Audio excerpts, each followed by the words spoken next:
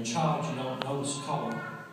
You just are a child. You just grow up and you don't notice those things. That's something that happens as you get older. Cecil was a man that I didn't know much about him. He worked in our yard. He helped, and he kept our yard clean. This is a poem about Cecil.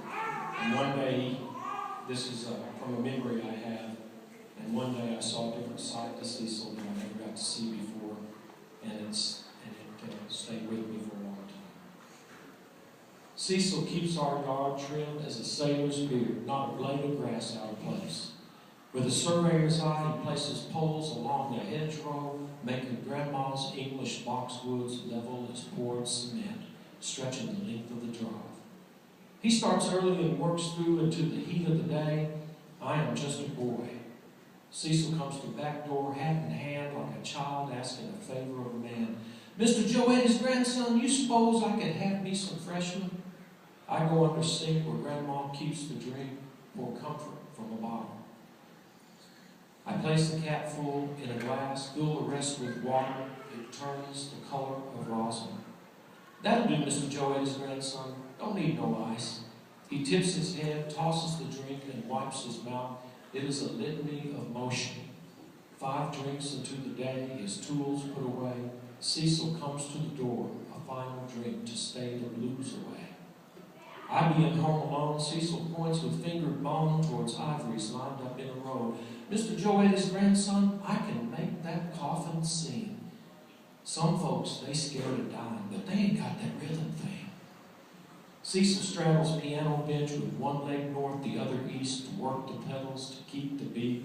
With both hands poised on whitened keys, his long black fingers fill spaces, make dark holes in the music.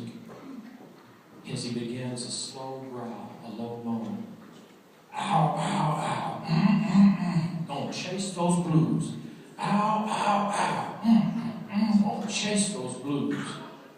Bowed over the keys, eyes closed, Cecil is there in some sepia-toned place.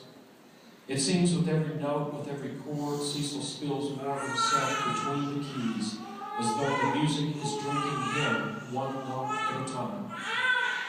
With an ear bent to the ivories, listening for the sound of suffering as it leaves his fingertips, Cecil's hand begins to jitter and juke and then to jive into some boogie-woogie slide.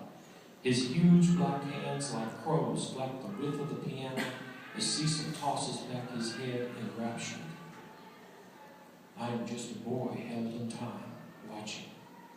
As Cecil's shoulders sway in time to the beat, mouth open he eats. Drinking notes, swallowing chords, half digested, they come spilling forth, crude and primitive, a truer sound.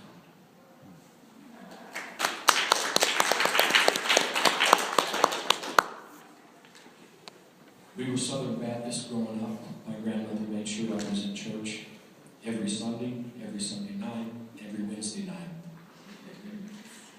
It didn't help me that much. Oh, maybe it did, actually.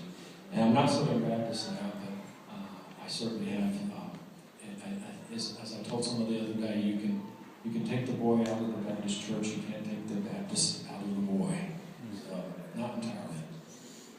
This is called Snakes, and it's from a memory of being a little boy and laying my head in my grandmother's lap in church.